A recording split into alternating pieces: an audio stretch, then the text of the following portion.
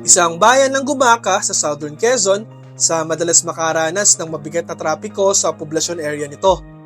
Lalo na kapag long weekend at uwian ng tao sa probinsya. Kaya naman, ginawa nito ng bypass o diversion road para mapabilis ang biyahe ng mga papuntang Bicol at ilang bayan sa Quezon. Good day! This is Chan of Chan Limited Life at today, ipapakita natin yung recent na pagdaan natin sa Gumaka Quezon Bypass Road na isa sa may pinakamahabang bypass sa probinsya ng Quezon na more or less ay 12 kilometers ang haba. Noong 2021, maputik at malubak pa ang kalsada sa Gumaka Bypass Road, pero nitong huling daan natin this 2024 ay malaki na nag-improvement dito. At may tatlong learnings nga tayong gustong i-share para sa mga nagdadalawang isip o nagbabalak palang dumaan dito. Lahat ng yan at marami pang iba, pero bago natin simulan mga ka-Chanli, eto muna!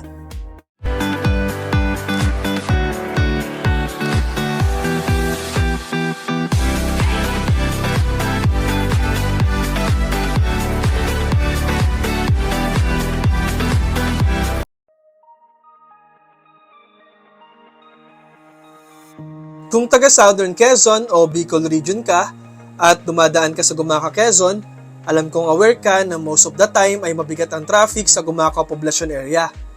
Kadalasan, aabutin ka rito ng 25 to 45 minutes depende sa bigat ng trapiko. Buti na lang, natapos na ang ginagawang diversion road. Ang Gumaka Bypass Road ay may habang 12 kilometro mula sa Barangay Villa Arcaya hanggang sa Barangay Panikihan. Isa nga ito sa may pinakamahabang diversion road sa probinsya ng Quezon. Bukod sa haba, may tatlong learnings din tayong natuklasan sa pagdaan natin sa bypass road. Number 1. Take Gumaka Bypass Road if you want to test your car's engine power. Usually, pag narinig natin ang akyatan, may isip agad natin yung sa Atimonan Zigzag at Cannon Road pa Baguio. Pero sabi ko nga sa isang content natin, more on skills and experience ang pagdaan ng zigzag. Unlike sa Gumaka Bypass na masusubukan ng konti ang lakas sa tatag ng makina at transmission ng kotse mo. Isang Gumaka Bypass Road sa magandang daanan. Matarik dito ang akyatin pero masarap pang maneho. Kahit hindi asfaltado wala naman masyadong lubak ang kalsada.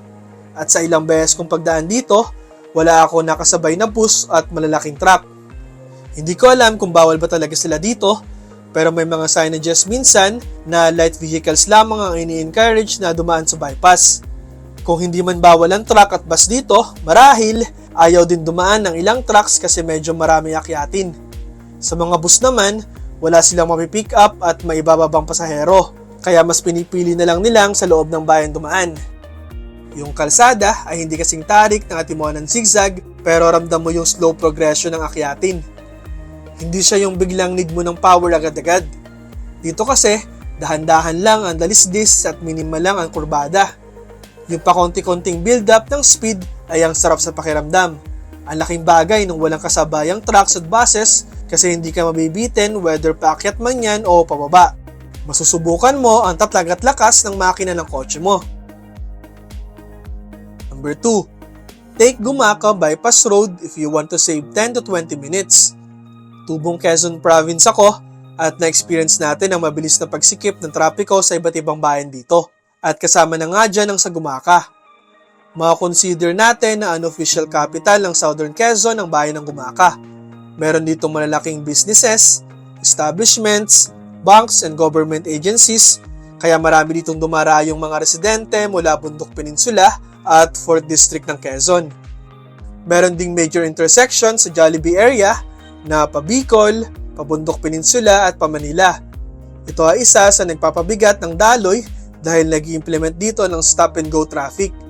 Medyo masikip din kasi yung kanto dito sa may Jollibee. Hindi kaya magsalubungan ng mga malalaking trucks at buses. Idagdag mo pa ang usual vehicle volume ng mga locals, ang motor, jeep, kotse at tricycles. Tas yung tatlong riles ng tren na dadaanan mo sa sentro ng bayan. Factor din yan sa pagbagal ng daloy. Plus, ang bako-bakong kalsada sa iba't ibang parte ng poblasyon. Ang ending, madalas traffic talaga dito. Kaya kung dadaan ka ng Gumaka Quezon at nasa kondisyon naman ang kotse mo, mag-bypass ka na. Ang laki ng diferensya sa oras at quality ng biyahe. Basta dahan-dahan lang kung hindi mo kabisado. 14 minutes ko binagtas yung diversion road. Normally, aabutin ka ng around 22 minutes kung sabayan ka dadaan. Maluwag pa yan. Kung long weekend o uwian naman, posible kang abutin ng 30 to 45 minutes depende sa volume ng sasakyan. Kaya laki talaga ng matitipid mong oras gumaka-bypass. Before we continue, kung may questions, suggestions, or clarifications kayo tungkol sa content natin today, pakipost lang sa comment section ng video na to. Huwag nyo rin kalimutang mag-like, subscribe at i-click ang bell icon sa ating Limited Life YouTube channel, TikTok at Facebook page para updated ka palagi sa mga fresh contents natin.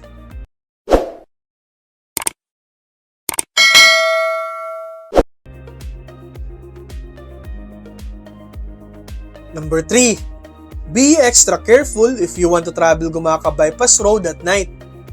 Noticeable na sa bungad lamang ng Gumaka Quezon Diversion Road ang karamihan ng bahay at businesses dito. Normal yan, lalo na at bagong bukas pa lamang ito. But this will contribute sa madilim na kalsada kapag gabi. Lalo na at napansin natin na ilan lamang ang streetlights dito. Kaya for sure mas challenging magmaneho dito pag gabi. Kaya please be extra careful kung dadaan ka dito pag gabi. Make sure maliwanag ang headlights mo at hindi ka nakamanyak tint.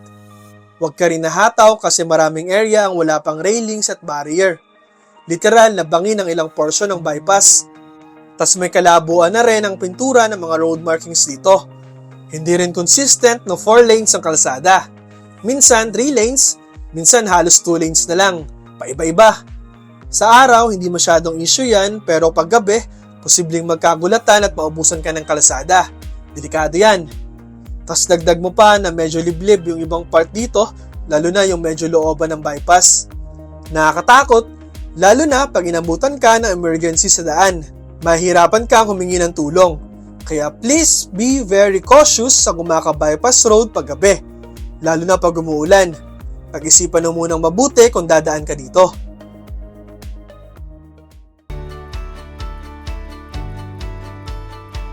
Ayun lang.